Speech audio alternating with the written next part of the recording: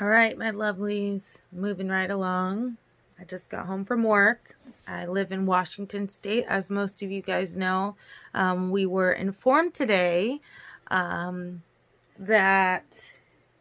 our schools, all of our schools statewide, are closed starting after Monday, the 16th, for 6 weeks. So our kids cannot return to school until April 24th at the earliest.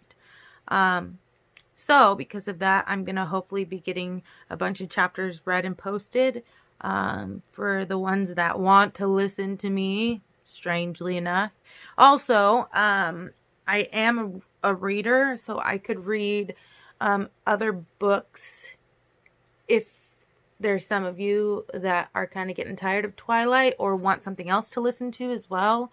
I was thinking of The Hunger Games or Divergent or something, anything. So if you want that down in the comments, let me know. I read all of my comments, so just let me know if that's something that you're interested in. Anyway, I'm continuing. New moon. And today it's chapter 17 called Visitor. Right there. Backwards. All right, here we go. Unnaturally still and white, with her large black eyes intent on my face, my visitor waited perfectly motionless in the center of the hall, beautiful beyond imagining. My knees trembled for a second, and I nearly fell. Then I hurled myself at her. "Alice! Oh, Alice!" I cried, as I slammed into her. I'd forgotten how hard she was. It was like running headlong into a wall of cement. "Bella?" There was a strange mingling of relief and confusion in her voice. I locked my arms around her, gasping to inhale as much of the scent of her skin as possible. It wasn't like anything else, not floral or spice, citrus or musk. No perfume in the world could compare. My memory hadn't done it justice. I didn't notice when the gasping turned into something else. I only realized I was sobbing when Alice dragged me to the living room couch and pulled me into her lap. It was like curling up into a cool stone, but a stone that was contoured comfortingly to the shape of my body. She rubbed my back in a gentle rhythm, waiting for me to get control of myself. "I'm sorry," I blubbered. "I'm just so happy to see you." "It's okay, Bella. Everything's okay." "Yes," I bawled, and for once it seemed that way. Alice sighed. "I'd forgotten how exuberant you are," she said, and her tone was disapproving. I looked up at her through my streaming eyes. Alice's neck was tight, straining away from me. Her lips pressed together firmly. Her eyes were black as pitch. "Oh," I puffed as I realized the problem. She was thirsty, and I smelled appetizing. It had been a while since I'd had to think about that kind of thing. "Sorry." "It's my own fault. It's been too long since I hunted. I shouldn't let myself get so thirsty. But I was in a hurry today." The look she directed at me then was a glare. "Speaking of which, would you like to explain to me how you're alive?" That brought me up short and stopped the sobs. I realized what must have happened immediately and why Alice was here. I swallowed loudly. "You saw me fall." "No," she disagreed, her eyes narrowing. "I saw you jump." I pursed my lips as I tried to think of an explanation that wouldn't sound nuts. Alice shook her head. "I told him this would happen, but he didn't believe me. Bella promised." Her voice imitated his so perfectly that I froze in shock while the pain ripped through my torso. "Don't be looking for her future either," she continued to quote him. "We've done enough damage."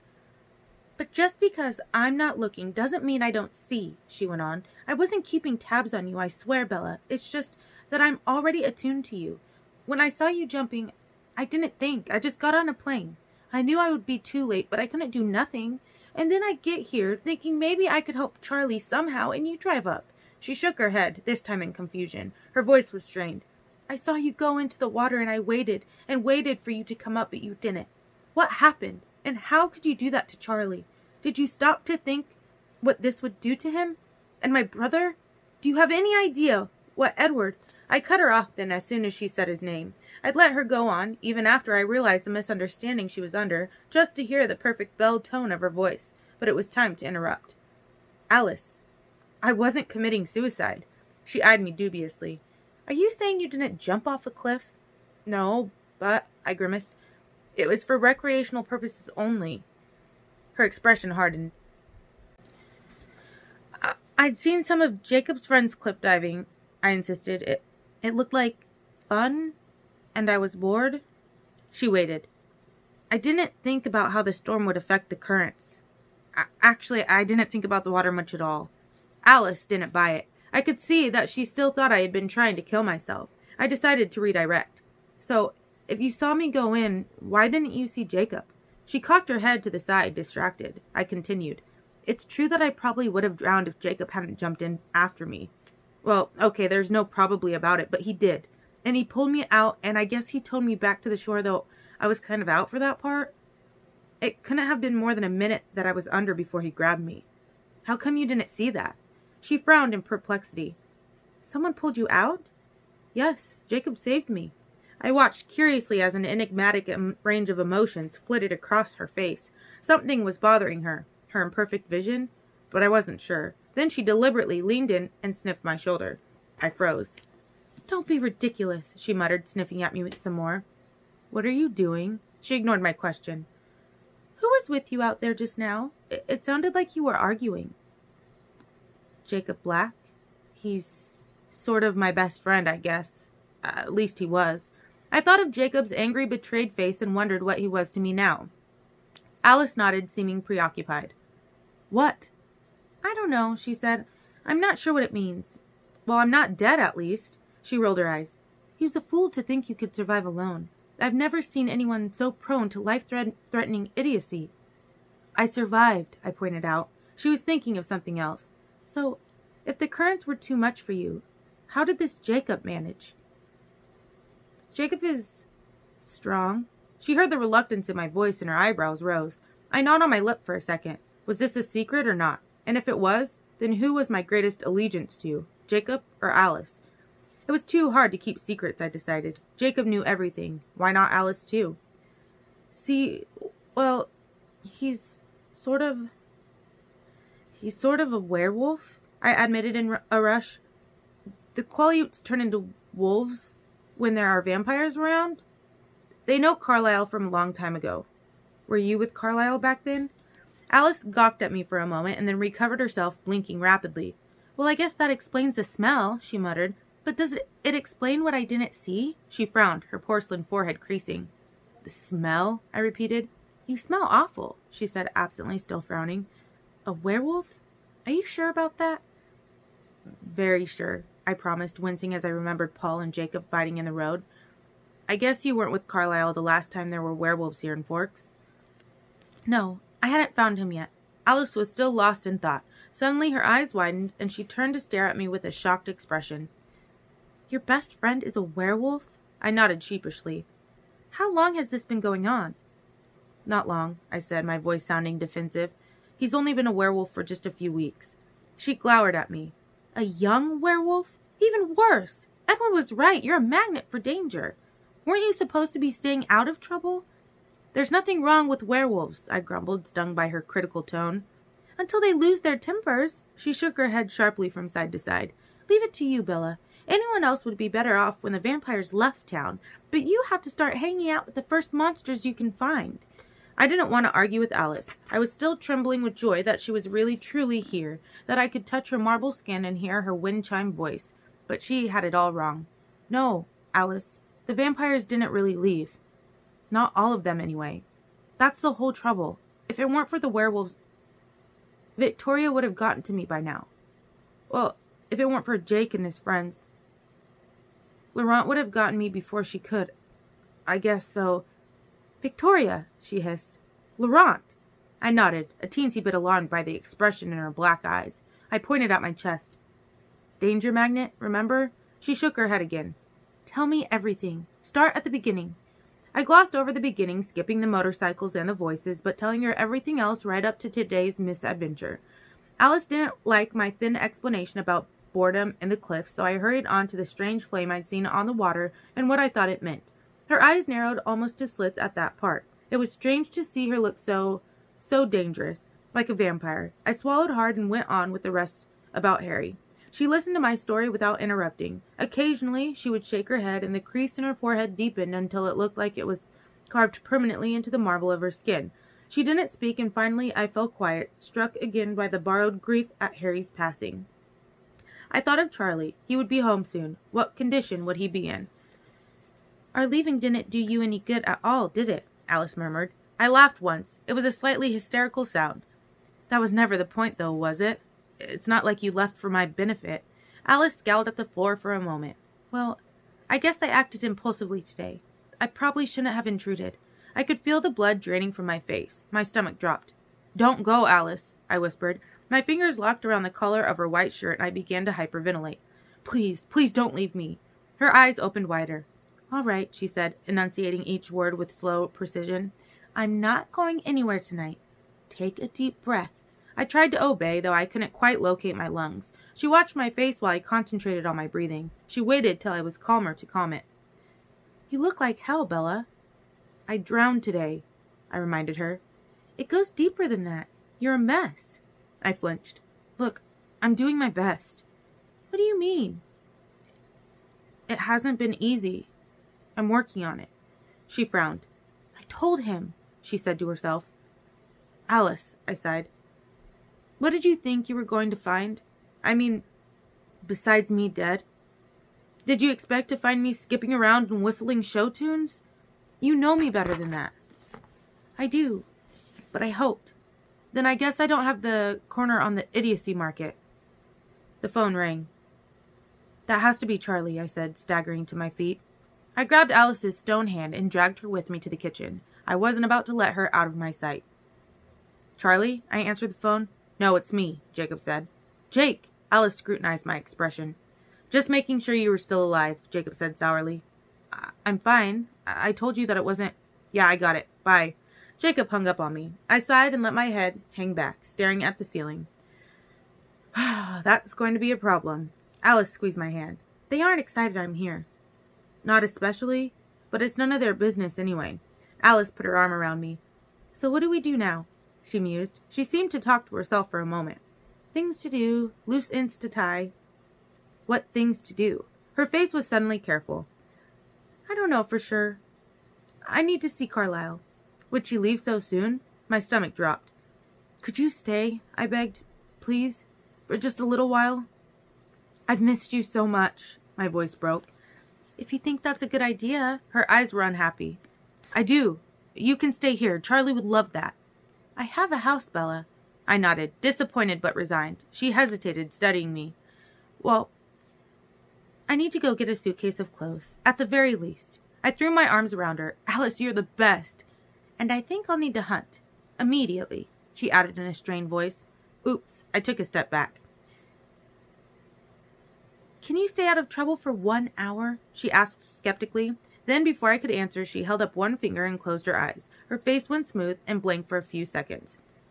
And then her eyes opened and she answered her own question. Yes, you'll be fine. For tonight, anyway, she grimaced. Even making faces, she looked like an angel. You'll come back? I asked in a small voice. I promise. 1 hour. I glanced at the clock over the kitchen table. She laughed and leaned in quickly to kiss me on the cheek. Then she was gone. I took a deep breath. Alice would be back. I suddenly felt so much better. I had plenty to do to keep myself busy while I waited. A shower was definitely first on the agenda.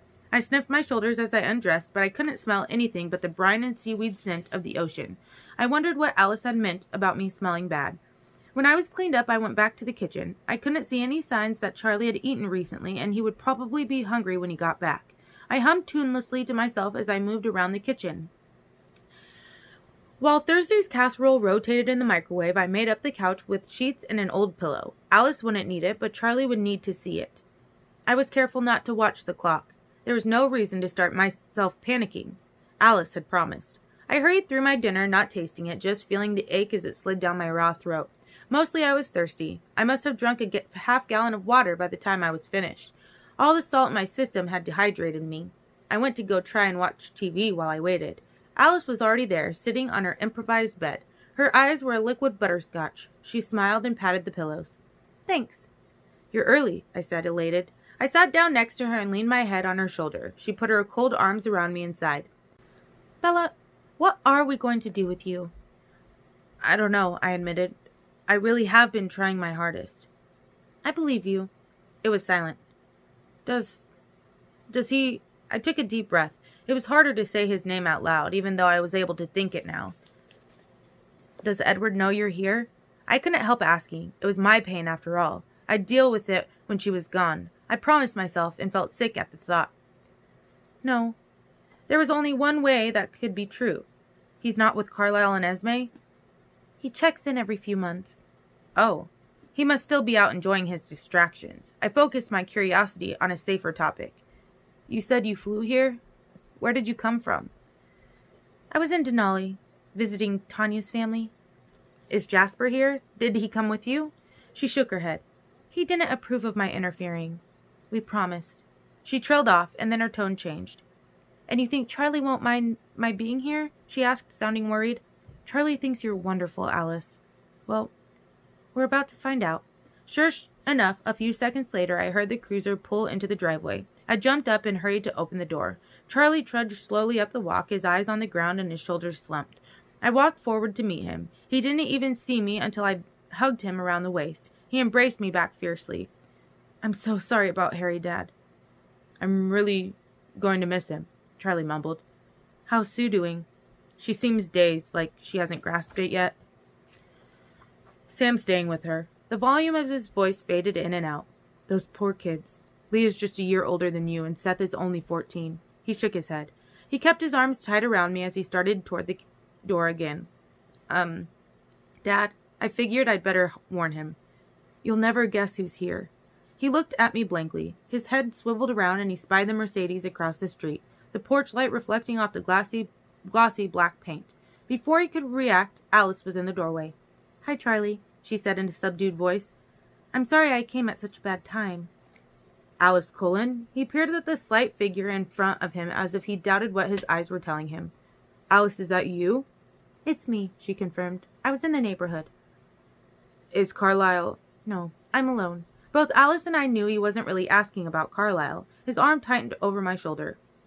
She can stay here, can't she? I pleaded. I already asked her.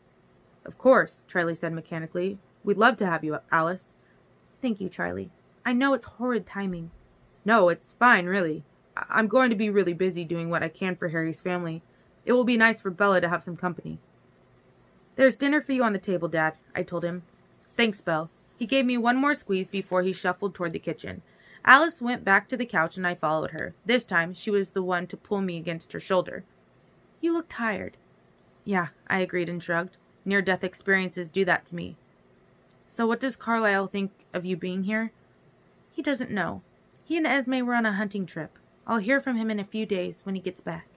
You won't tell him, though, when he checks in again? I asked. She knew I didn't mean Carlisle now. No. He'd bite my head off, Alice said grimly. I laughed once and then sighed.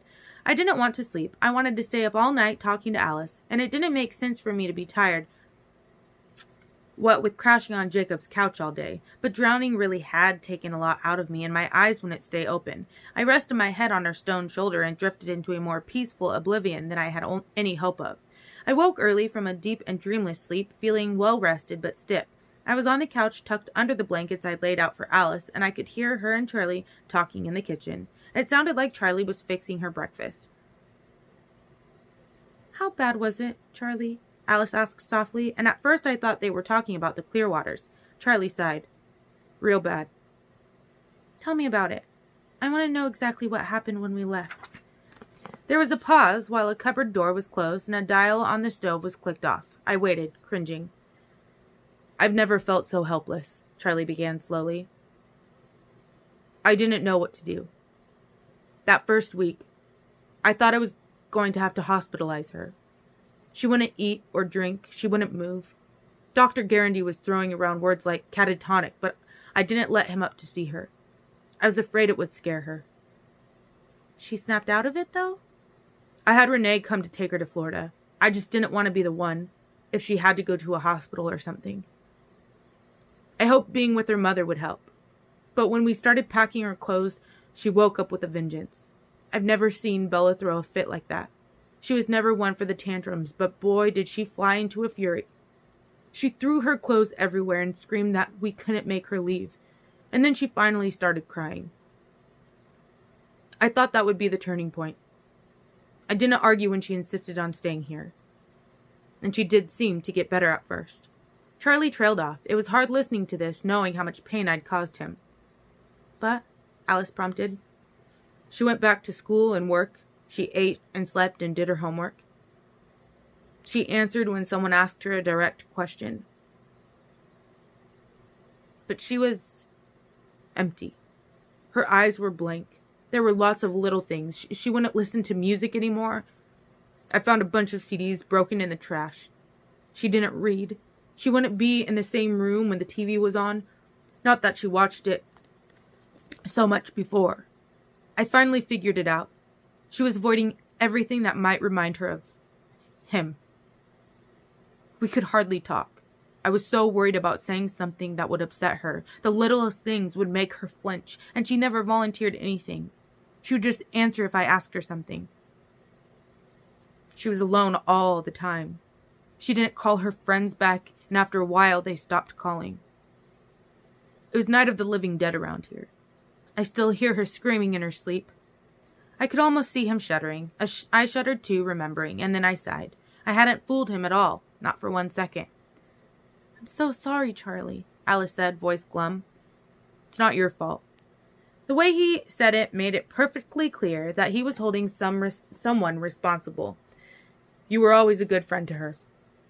She seems better now, though. Yeah.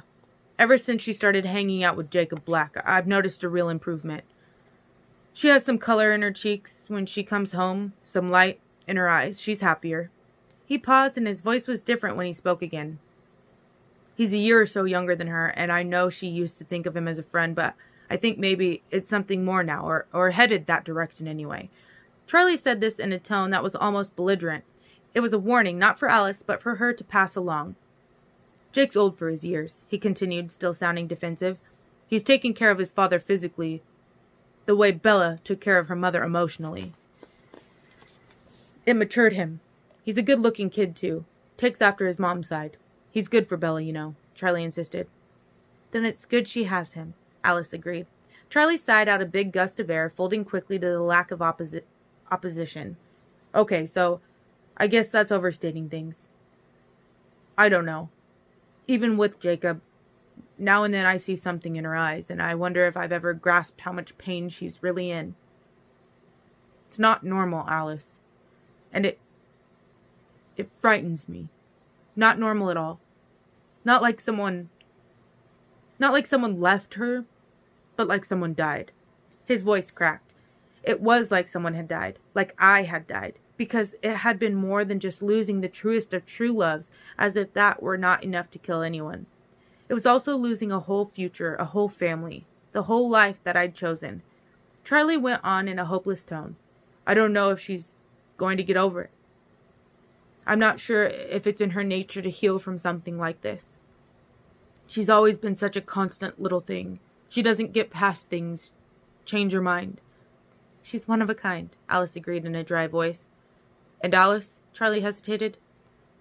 Now, you know how fond I am of you, and I can tell that she's happy to see you, but I'm a little worried about what your visit will do to her. So am I, Charlie. So am I. I wouldn't have come if I'd had any idea. I'm sorry. Don't apologize, honey. Who knows? Maybe it will be good for her. I hope you're right. There was a long break while Forks scraped plates and Charlie chewed. I wondered where Alice was hiding the food.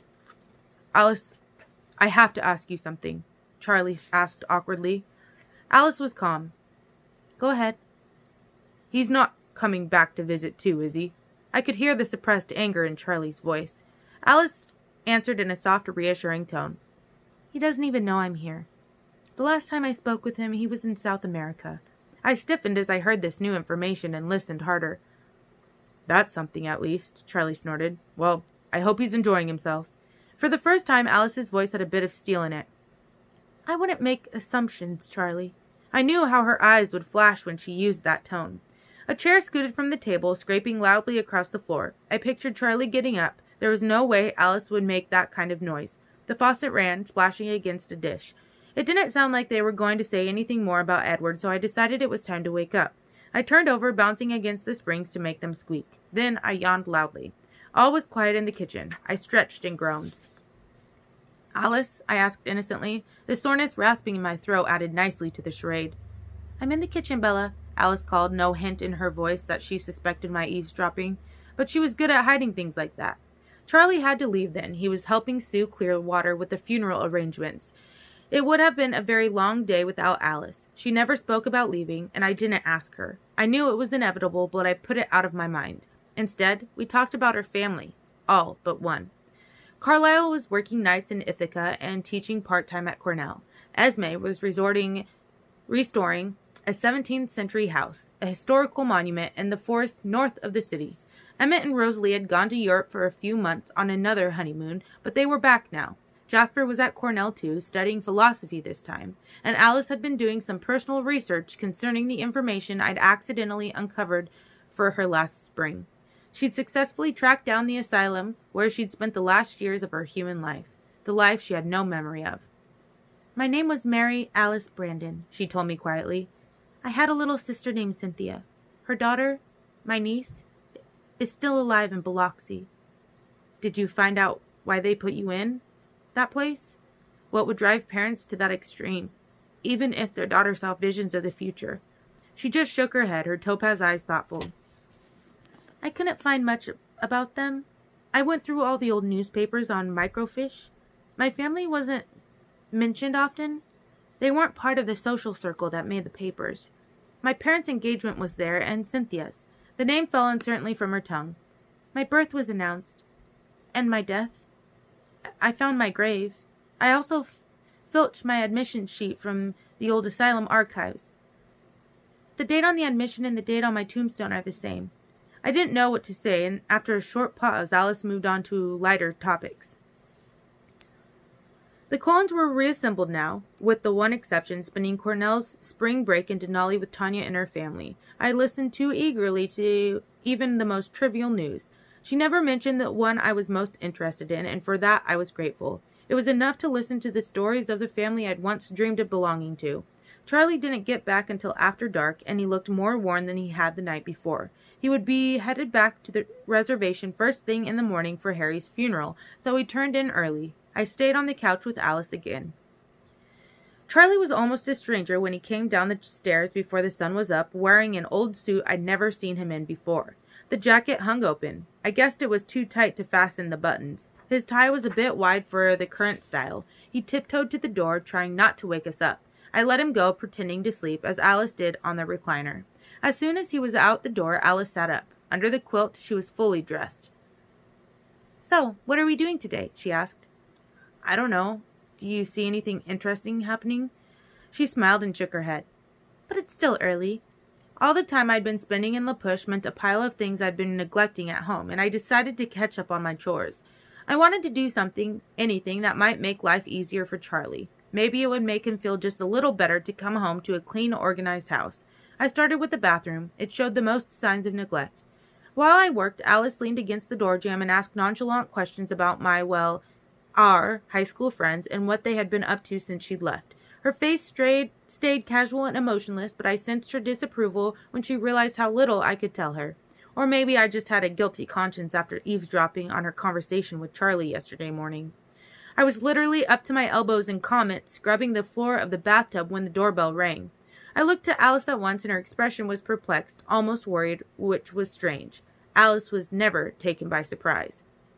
"Hold on," I shouted in the general direction of the front door, getting up and hurrying to the sink to rinse my arms off. "Bella?" Alice said with a trace of frustration in her voice. "I've a fairly good guess who that might be, and I think I'd better step out." "Guess?" I echoed. Since when did Alice have to guess anything? "If this is a repeat of my egregious lapse in foresight yesterday, then it's most likely Jacob Black or one of his friends." I stared at her, putting it together. "You can't see werewolves?" She grimaced. "So it would seem." She was obviously annoyed by this fact. Very annoyed. The doorbell rang again, buzzing twice quickly and impatiently. "You don't have to go anywhere, Alice. You were here first." She laughed her silvery little laugh. It had a dark edge. "Trust me, it wouldn't be a good idea to have me and Jacob Black in a room together." She kissed my cheek swiftly before she vanished through Charlie's door, and out his back window, no doubt. The doorbell rang again.